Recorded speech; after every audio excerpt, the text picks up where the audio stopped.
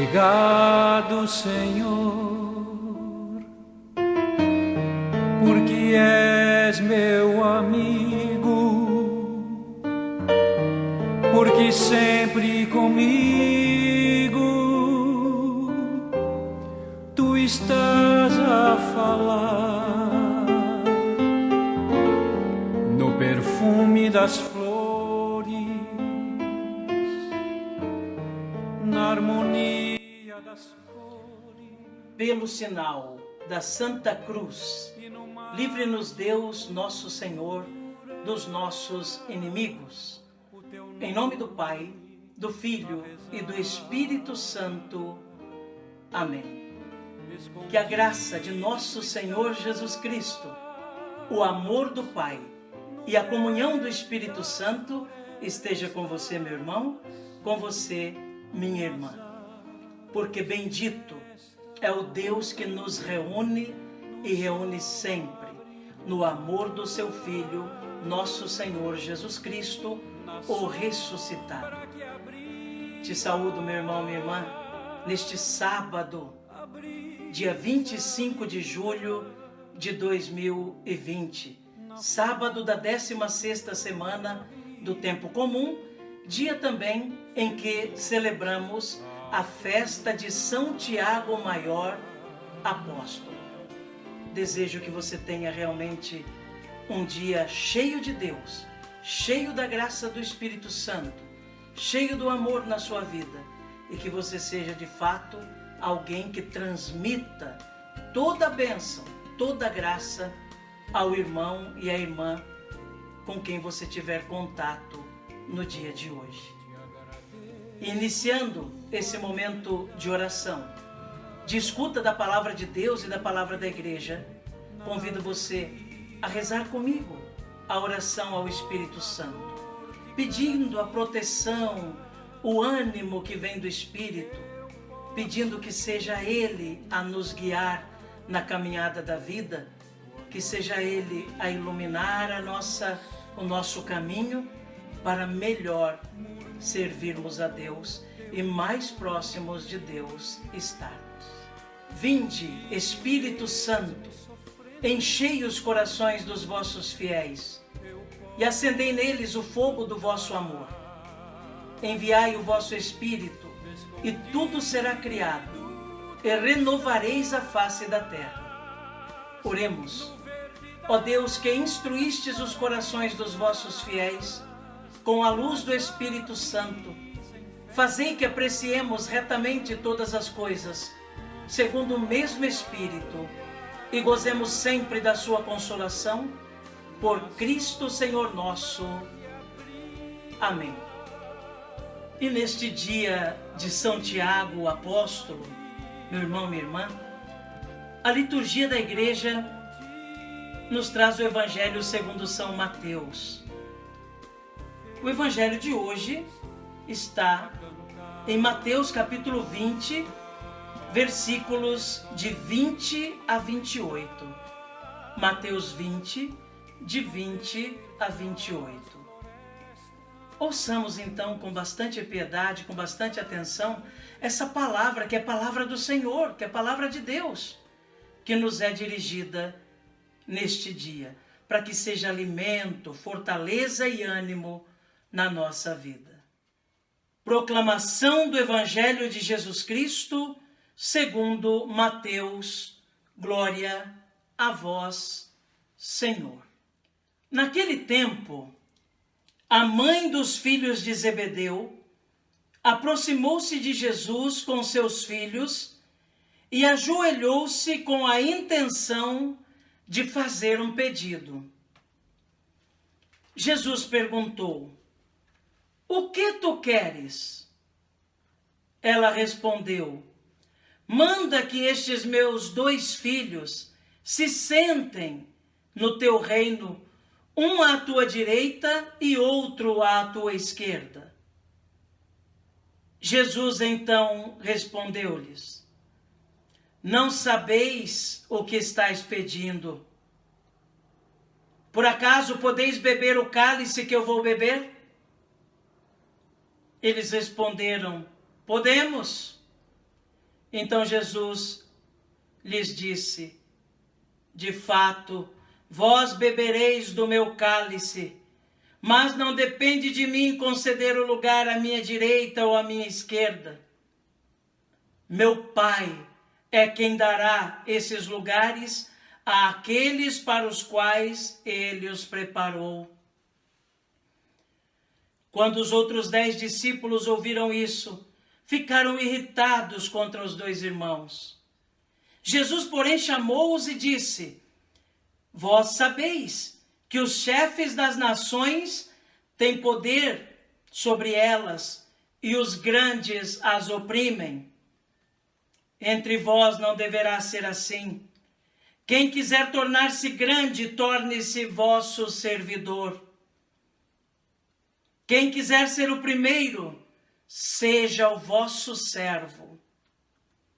Pois o Filho do Homem não veio para ser servido, mas para servir e dar a sua vida como em resgate em favor de muitos. Palavra da salvação, glória a vós, Senhor. Que pela palavra do Santo Evangelho sejam perdoados os nossos pecados. Amém. Meu irmão, minha irmã, neste evangelho que nós acabamos de ouvir, nós vemos 2 posicionamentos dos discípulos que são absolutamente reprováveis na vida cristã, na vida dos seguidores de Cristo. Claro que Jesus aproveita aquele pensamento e aquela forma de agir equivocada dos discípulos para ensiná-los o que realmente é a vontade de Deus e qual deve ser a conduta de um discípulo, de uma discípula. A primeira atitude reprovável é a dos filhos de Zebedeu, Tiago e João, e de sua mãe, que de algum modo encabeça aquela atitude. Ela pede, em nome dos seus filhos, o direito de que eles se sentem um à direita e outro à esquerda de Jesus, quando Jesus chegar no seu reino. Nesse momento, já podemos compreender como a mãe dos filhos de Zebedeu não compreendia ainda absolutamente nada do que significava o reino de Cristo. Ela, bem como ainda todos os discípulos, imaginava que o reino de Cristo seria um reino político, um reino material, um reino de poder, um reino de governo sobre as pessoas aqui neste mundo. Não tinha entendido ainda. Queria que seus filhos fossem os principais ministros do Rei Jesus e que também exercessem domínio sobre os outros. Assim, muitos pensavam que seria o reino de Jesus. Basta nós lembrarmos da entrada triunfal de Jesus em Jerusalém, que foi aclamado como rei, como filho de Davi, com ramos. Muitos daqueles não haviam compreendido qual era a proposta de Cristo. Não haviam compreendido que o reino dele não é deste mundo. E a expectativa que tinham da vinda de um Messias, quem sabe um Messias guerrilheiro, um Messias que pegaria em armas e que tomaria o poder secular em suas mãos, essa ideia os levou a decepcionar-se e muitos daqueles a pedir a morte de Jesus diante do governador Pilatos. Pois bem, a mãe dos filhos de Zebedeu, seus 2 filhos, também não compreendiam. Estavam preocupados com o poder político, estavam preocupados com o poder material com a possibilidade de exercer domínio sobre os outros. E Jesus, vendo que, como nos lembra também São João Crisóstomo, nos comentários ao Evangelho de Mateus, Jesus viu que o pensamento deles não era um pensamento espiritual, mas absolutamente material. Jesus censura e reprova aquele pensamento. E já de algum modo diz sobre eles uma profecia. Vocês dizem que podem beber do cálice que eu vou beber. Realmente, vocês vão beber. Vocês vão amadurecer. Essa imaturidade que vocês têm ainda, vocês vão se livrar dela. E vão se tornar mais maduros, a ponto de entender o que significa o reino de verdade. E aí sim, lá na frente, vocês vão realmente assumir esse reino e derramar o sangue como eu vou derramar o meu sangue. Jesus reprova uma outra atitude. A atitude dos outros 10. Os outros 10 reprovam a atitude dos filhos de Zebedeu. Mas não por zelo pela vida espiritual ou zelo pelo reino. Reprovam por ciúmes. É como se dissessem assim, olha, os dois chegaram na nossa frente. Daqui a pouco Jesus vai deixá-los sentar-se à direita e à esquerda, e nós?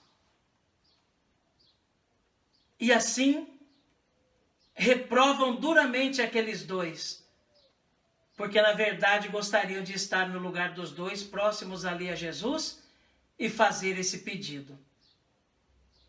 Jesus também reprova a atitude deles. Os príncipes desse mundo é que brigam por poder. Os príncipes desse mundo é que brigam por dinheiro. Os príncipes desse mundo é que brigam por exercer uma autoridade sobre os outros e ter o direito sobre os outros. Mas Jesus diz, com vocês não deve ser assim. Jesus mesmo se apresenta como modelo. Eu vim para este mundo para servir e não para ser servido. E como é que vocês estão pensando em ser servidos ao invés de servir? Eu vim para este mundo para ser os últimos dos últimos. E como vocês que são discípulos estão querendo ser os primeiros. Irmãos, o reino de Jesus é o reino do serviço. O reino do cuidado com o outro.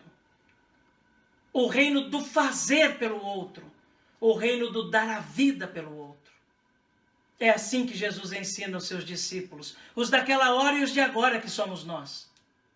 Um discípulo ou uma discípula exerce realmente a sua missão quando começa pelo serviço aos outros. Não querendo ser servido, mas em se doando no serviço aos outros. É assim, irmãos, que nós já participamos do reino de Deus agora. É assim, sendo servidores uns dos outros, que nós já experimentamos o reino de Cristo agora. Esse reino que não é deste mundo, mas que está entre nós e que será pleno na eternidade quando lá chegarmos. Então levemos a sério o que ensina Jesus. O reino é uma realidade espiritual e devemos viver nessa terra, acreditando nesta realidade, vivendo já de certo modo esta realidade. E a maneira de fazer isso é tendo a consciência que nós estamos neste mundo a serviço, para servir, e não para buscar honras, recompensas terrenas, mas a nossa recompensa, quem sabe, será o martírio. A nossa recompensa nessa terra, como Jesus mesmo disse àqueles discípulos, será o derramar o sangue como Cristo, seja no martírio de sangue ou seja no martírio branco, do sofrimento cotidiano por causa do reino de Deus. Mas é para isso que somos chamados. Não para gozar de honrarias nessa terra como recompensa pela nossa missão. O reino de Deus é a nossa recompensa. E nós o teremos de modo pleno na eternidade. Que Jesus nos ajude então a sermos discípulos de verdade, que compreendem a sua palavra, conhecem a dimensão do seu reino, anseiam por lá estar um dia e que vivem como servidores e servidoras desse reino já nessa caminhada terrena. Que Nossa Senhora e São Tiago Maior, que hoje nós celebramos, que eles rezem por nós. Amém.